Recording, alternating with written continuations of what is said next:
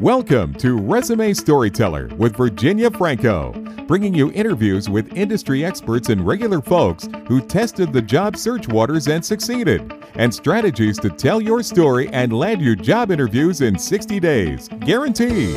Here's your host, Virginia Franco.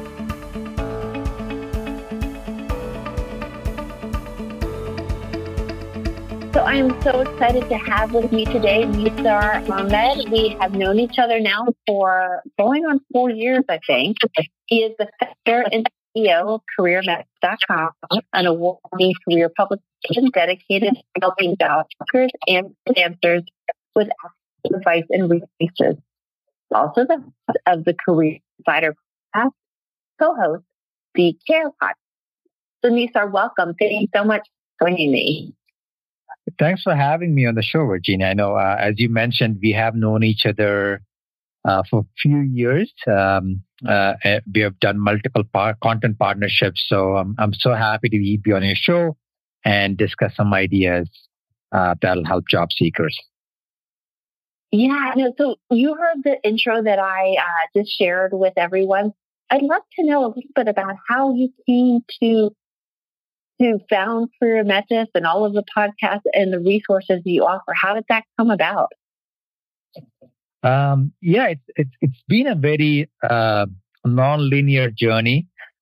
Speaking of CareerMetis itself, I spent most of my career in sales until 2018. I was in sales. I was working in different roles.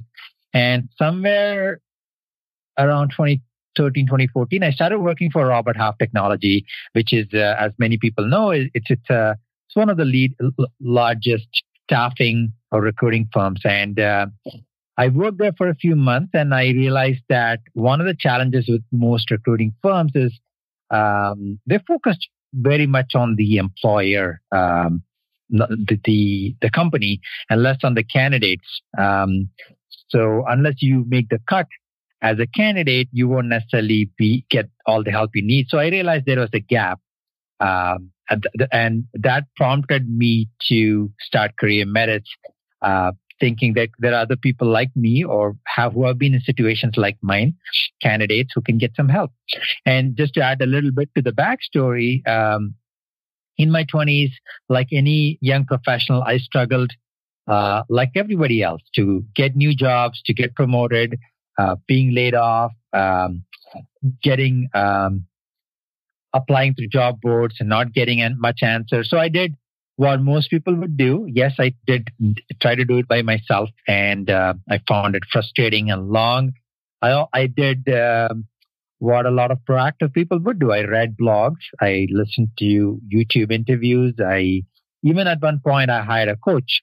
Career coach who helped me really well in crafting my message, negotiating salary, and so on. It was a great investment. So I got to a point where I got good as a candidate, and it became predictable. So I got confident that if something were to happen to my job, I could actually look for a new job easily. So then I started sharing that advice with my friends and family. Anytime they were going for an interview, I would tell them what to do. They would come back and say it worked. And at that point, some of them suggested, and I was not expecting anything from them. I was just helping them because, I just wanted to share. At that point, some of my closest friends came to me and said, "Hey, you should start writing about this." And I brushed it off. And after some self-doubt and after persuasion from my friend and also me persuading myself, I started the blog and I started really actively writing in June 2015. So it all worked out. My personal experience, my experience helping others, my experience working in recruiting. I started sharing all those ideas on a blog, and it's been 4.5 years. It's been a great journey so far. And I enjoy it. I enjoy sharing the ideas, and I find that others have enjoyed reading it, and some have enjoyed contributing content as well. Well, what I love about your blog and the podcast is you just curate content from so many people. It's sort of one-stop shopping. So for those people that are avid readers and really need free job search guidance. It's just a tremendous resource. And can I add? Yeah. Mentioned the whole idea of curating. Actually, I'm glad you brought that up because I'll be honest, even when I started, I had this imposter syndrome. I thought to myself, going to listen to me. What do I know? But then I started writing, pushed past those fears. Then people started reaching out to me and say, I want to contribute to your blog. I want to be a guest author. And that's when I realized, as anyone who maintains any website, creating content takes time. Why not leverage other people's experience and their ideas? But at the same time, the whole idea of curation, I found it really interesting is because I don't have all the answers and I will never claim that I do.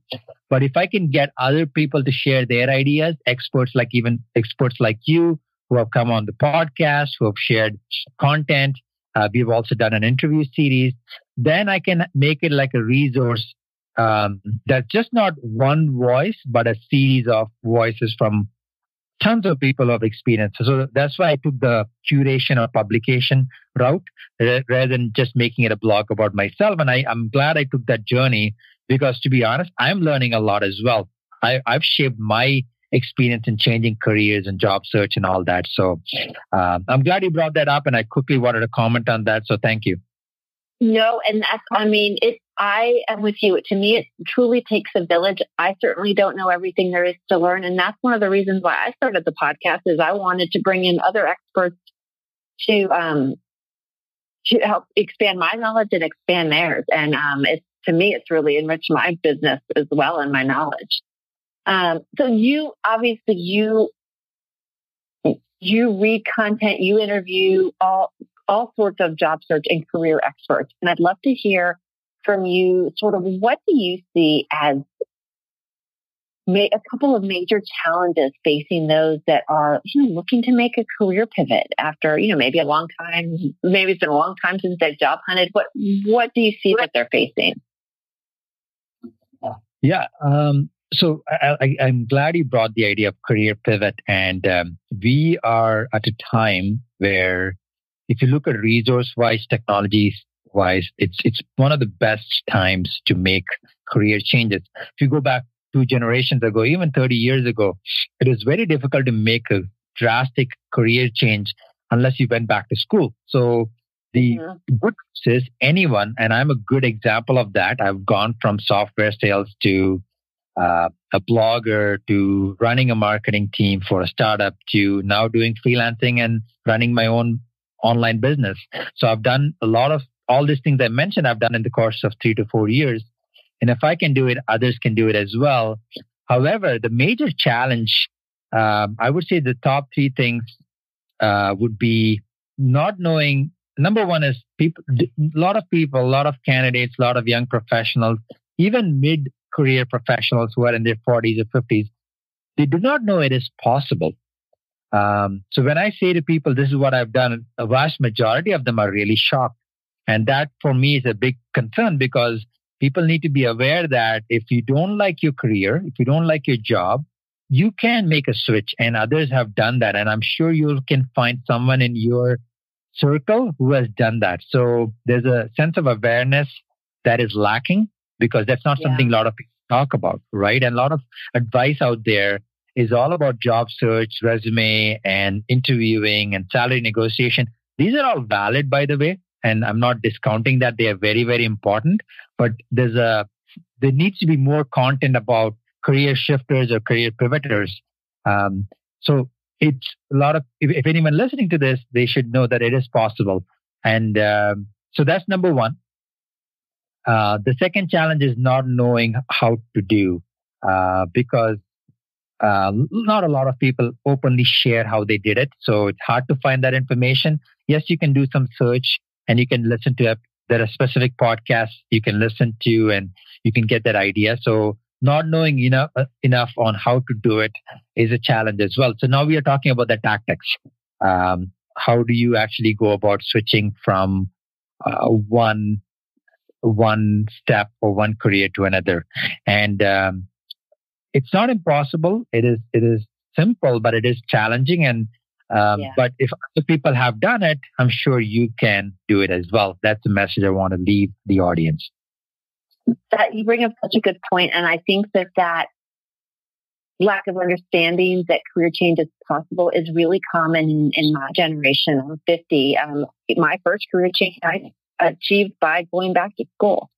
Because, you're right, that's the way you did it. And then the subsequent ones I did by the seat of my pants, not that there were obstacles, but you're right, the tactics, people are getting better about talking about it, but it is, as recently as I feel like 10 years ago, there was nothing out there on how to make a pivot.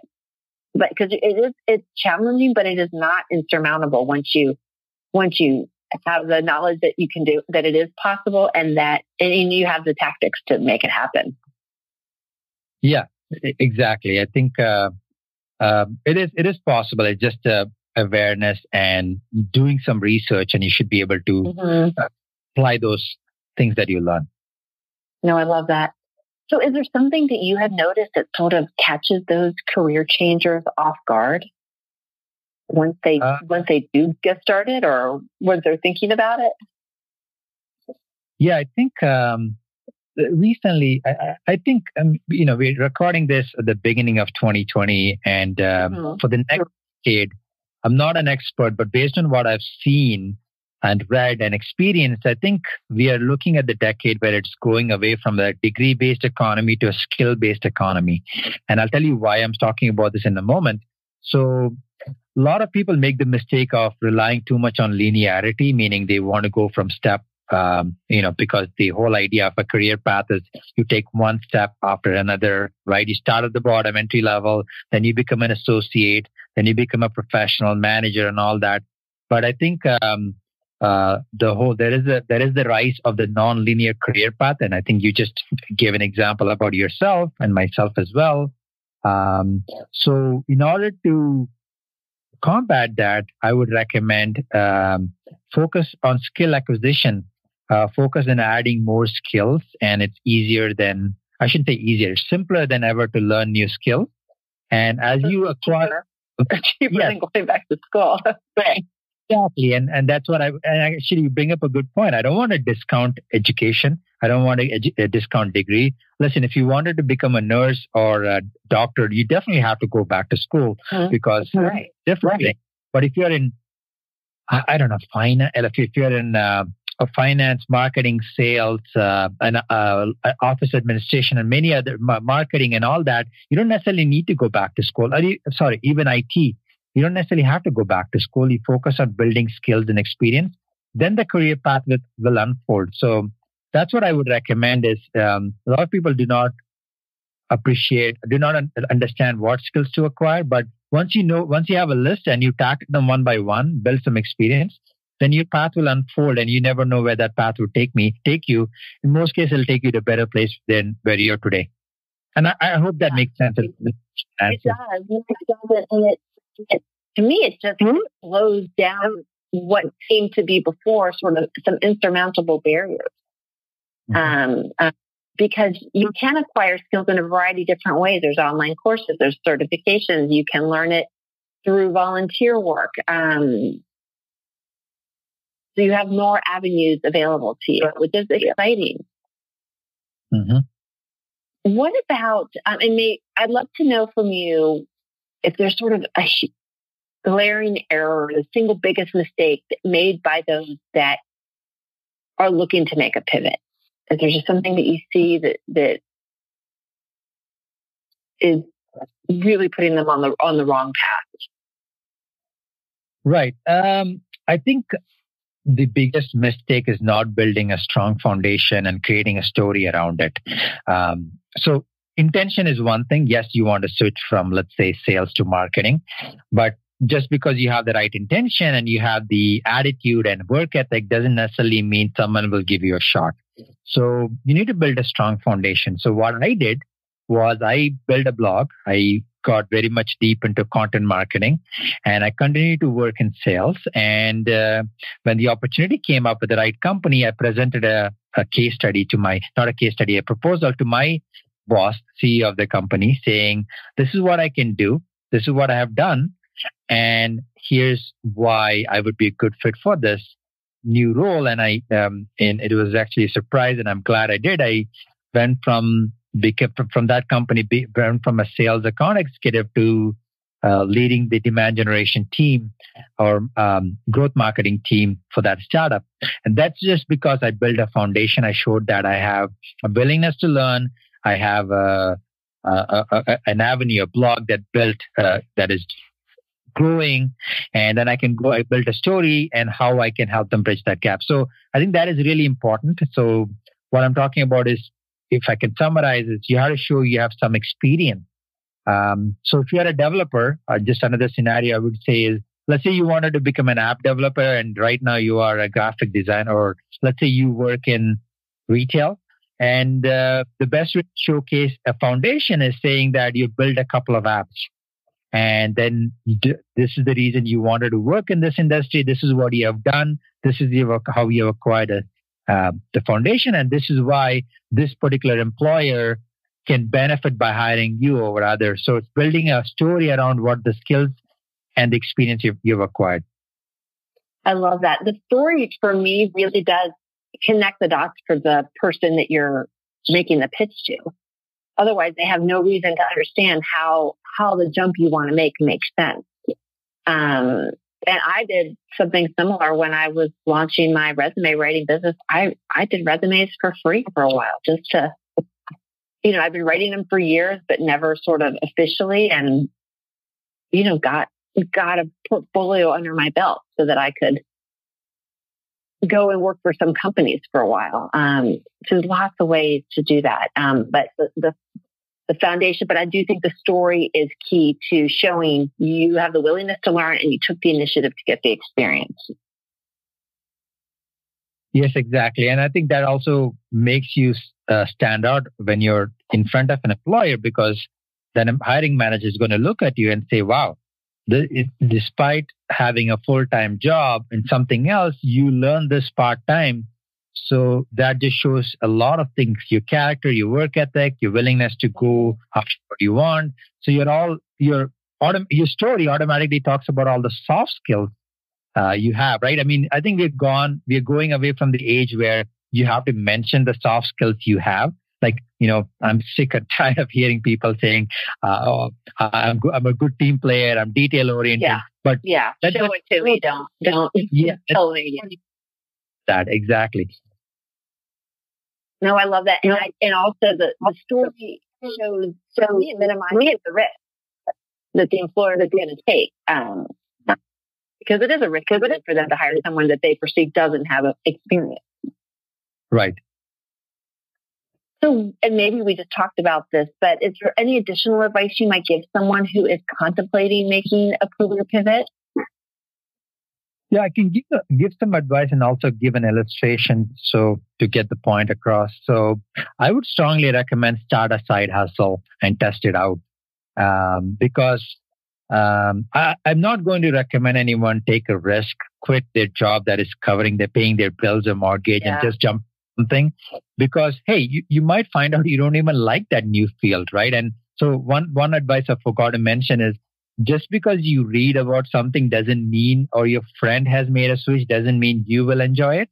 So the best way to test it out is, start a side hustle, see if you really enjoy it. In my case, when I was doing that as a side hustle, I really enjoyed it. And I said, I can actually I can do this full time and I can continue doing this. And I'm glad I did that and tested it out. I've also done other side hustles, which I did not like, and I'm quickly abandoned them. So I have similar to mine. I have an example of a friend who did the same thing. He got a degree in psychology, and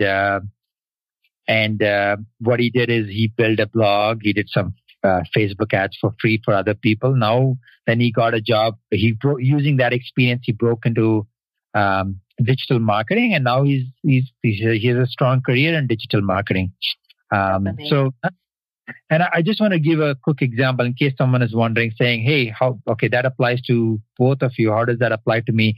Let me give you a hypothetical example.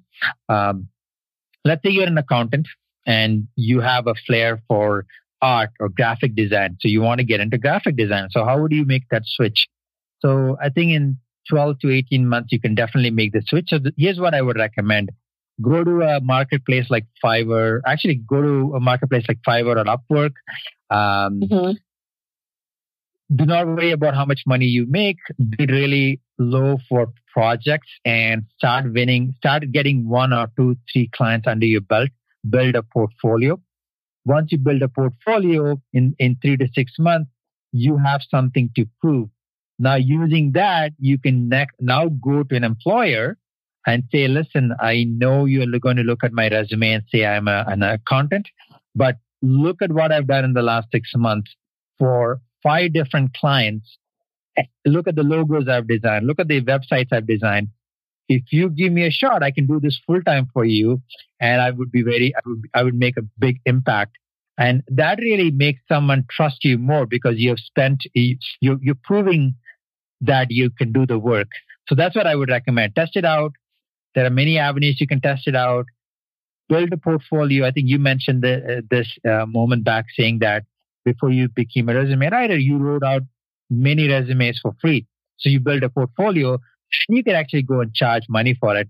Same thing I would recommend. If your goal is to become a full-time graphic designer, that's the path I would recommend. And the same applies to any other careers as well. No, I agree. And one thing that you keep highlighting that I think might be worth pointing out, you talk about you approach the hiring manager. And I've always felt that when it comes to searching for jobs, applying online is a brutal process, but I think it's even harder for career changers. I recommend they bypass applying online absolutely as sort of that first point of entry and try to get in front of people directly because they don't have the direct years of experience that someone else might. They're not going to do as well applying online. They've got to get in front of someone and make the case that person is. People are more willing to take risks on hiring career changers where applicant tracking software it isn't geared to do that. I'm so glad you brought that up. It's 2020 and people still do the spray and pray approach. Mm-hmm. I'm not discounting job boards because a lot of companies I work for, if it was not for job boards, I would have never known that company existed. And I really had great careers with those companies. So I'm not discounting the place to look for jobs. However, the way you apply for jobs should change. And for example, whether it's a human recruiter or even an ATS, an applicant tracking system, especially if you're making career pivot, there's a chance of you going through that it becomes very, very, very hard. So there are free tools like LinkedIn. LinkedIn will tell you everything about any person. So let's use the graphic designer example. The person who hires a graphic designer is usually a creative director or art director. Find out who the art director for that company is or companies in your area and send them a quick message on LinkedIn or an email saying, hey, I don't want to bother you for long, but could you take a look at my portfolio? And if it makes sense, I would be happy to see if I can do something for you, right? I'm paraphrasing it, but that's all it takes because people like this are busy. Instead of asking for an interview, instead of asking for a resume, send them a quick portfolio. And if they like it, they'll give you a shot. And one more advice I would give is, let's say you have a dream employer and there's nothing wrong with that. Let's say you want to work for that company. Ask them to hire you for a contract or a freelance project before they give you full-time as well. Yeah, and let them test drive you out. Exactly. And you can only do this if you go directly to the hiring manager, not through applying through an ATS or a job board. So I'm glad you brought that up and it's worth mentioning. Don't get disheartened. And that test drive thing, I just got off the phone today with someone who wants to pursue a career in research, and they got a job as a volunteer at the Cleveland Clinic in a lab. And I thought, it would never have occurred to me that the Cleveland Clinic would accept volunteers, but they did. And she got to observe, and they got to establish some relationships and build some trust. So it's it's really amazing what companies will do when they don't have to pay you a lot of money. So, Yeah. what advice would have some? Oh, I'm sorry. Go ahead. No, I just wanted to confirm what he said. I like the sample or something to give them. And you brought up risk. Hiring someone, I've been on both sides. Hiring is a risky process for an employer. They have to go through checks and they have to give you, benefits and all that. So it's a tough decision. It takes a lot of time. Yeah. And they don't want to make the wrong decision. And what best way to reduce the risk by showing that you can do the work, right? So I really like it. I think it's do a quick project, show that you can do the job, and you're definitely standing out, because I can guarantee you 100 people who are applying for the job are not doing that. Yep. And so maybe this sort of segues into this question, and we might have already answered it, but I'll throw it out there anyway. We talked a lot about people that are getting ready to embark on a career change. What about people that have been going at it, trying to land a job in their new field or new industry, and it is just not going well? How do you recommend they recreate? I think the best thing they can do is seek out advice. And sometimes people are surprised by how helpful people are. I've been surprised by how helpful people are. Of course, if you're reaching out to someone, trying to sell them something or get a job, most people have their backs against the wall. But it's not impossible to find someone who in that industry who can give you advice. For example, there are so many events, the networking events you can go to. And of course, I've mentioned LinkedIn, but in your industry, there are so many events that happen. Some of them are meetups, some of them are free events, some of them are events that you have to pay to. You go bump into someone who's working in that industry and you just pick their brain and say, listen, can I ask you for an advice? This is what I'm trying to do. And you look like you have a lot of experience. Would you mind if I can pick your brains over coffee? And 9 out of 10 people would say yes to that, because you're not, and people like to help. And that's the whole, if you look at the whole mentorship, in order for a mentorship to happen, there's a mentor and a mentee. And as people become more and more successful, they want to help others as well. They get a personal satisfaction. So if you're trying to switch careers and you're unsuccessful, there's many ways to do this. You can do it offline through events, or go to LinkedIn, look at people's work history. And if you notice someone has made an amazing switch, reach out to them. And most people are willing to help. More than willing. No, yeah, I agree. It's funny with the paid conferences. Several years ago, I started investing in going to one conference a year.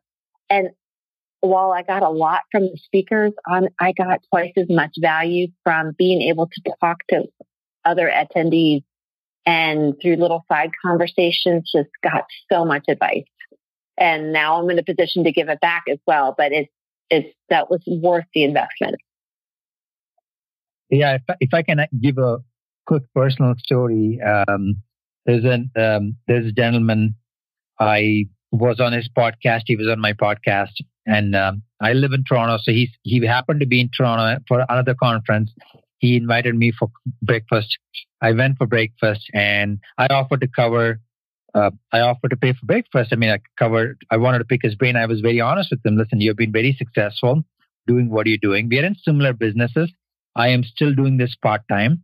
What can I do? And he gave me one advice. It was not even about strategy. He said, this is what I do. And I followed that advice, and that has given me a strong path of where I want to take my career, my business to. So we can all come up with examples, but and people are still hesitant to reach out. And I hope your story and my story encourages them to just take the step, and so they can also get that help they need. That's right. No, I mean, all they could do is say no. There's no downside in asking. Exactly. So this next question I get a lot because I do work with more senior job seekers, people that are concerned about discrimination. But it can go beyond age, too young, too old. There's ethnicity and gender discrimination, all of that. Do you think that this is an added burden or concern to those that are looking to make a pivot? And how what advice do you have on that topic? So I just want to quickly say, I think discrimination is career agnostic. So, I mean, I don't want to be the one to say that there is no discrimination or bias. I want to use the word bias. There's always a bias towards different types of bias, that many of it is subconscious, and we've all experienced it. And also, if anyone is on the other side, they also exhibit some type of bias. So that is regardless if you're trying to get promoted, getting a new job, or even if you're trying to switch careers. So let's just address that. When it comes to switching careers or career pivot, I think the biggest bias would be the skepticism when someone looks at your experience, that you're jumping from one career. So yeah, hiring managers and recruiters will be skeptical. And I think we have covered a few ideas. If you can show examples or a portfolio that you can, and what you have done in the past and your experience, then you can overcome that. I think the advice to overcome is always the same. Build skills, build experience, show a portfolio, show initiative, then you can overcome that. However, no matter how much skepticism someone has about your skills. Yeah, and you might not be able to overcome the skepticism. That's, with some people, that's just beyond your control, but all it takes is one person. And you're right, skills, experience, initiative in that story. Exactly. I like, I just want to build on what he just mentioned. Not everybody would be the good fit. And I wanted to bring that up because I am a firm believer. I personally don't subscribe to the whole dream job idea. I subscribe to a career idea. And I'll tell you why. Because even if you go back to 2010, there were certain companies that were the top choice for employees worldwide. And now some of the same companies are going through different type of scandals and all that. So they are no longer favorable, right? So there's no such thing as a dream job. I believe that because companies change. That same job company you thought would be good, a new CEO or a new manager comes, and you probably don't like that job anymore. So I would encourage people to focus on your dream career. Meaning, for me, a dream career is no matter every company I work for, I have a good experience, and it is helping me shape who I want to become in the future. So when you are focused on one or two companies and they are skeptical and they don't hire you, you get disheartened, but that should not be the end of the world. There are hundreds of different companies, big and small.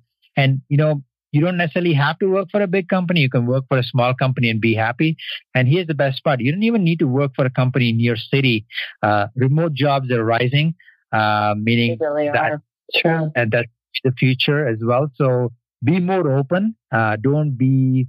the same advice I would give to people dating as well will apply to your job. Don't be so caught up on that one company. And if someone is skeptical, that's fine. I remember in 2015, 2016, I applied for a company and went to four different times. I applied for that company. Twice I went to the final round over the course of 3-4 years. Did not get the job. And in retrospect, I'm really glad I did not get the job because I would be in a totally different career right now. I'm really grateful and happy today. So I'm glad you brought that up. I wanted to build on that. If there is skepticism, move on. Someone else will give you a shot. And maybe that's the type of person or company you want to work for who believes in your skill set and what you want to do rather than someone you're trying to appease. Yeah, and you're not the first person I've seen that has compared job search, dating, and all of the apps and all that are available for that. So I want to ask you this next question. Let's say someone comes to you and says, "Okay, I only have room for 2 tools that in my toolkit to make a career switch." What do you think that they need? I would say LinkedIn is a great example. Everybody's on LinkedIn. If they're not, they should be. And the reason I say that, you can easily see someone's career path.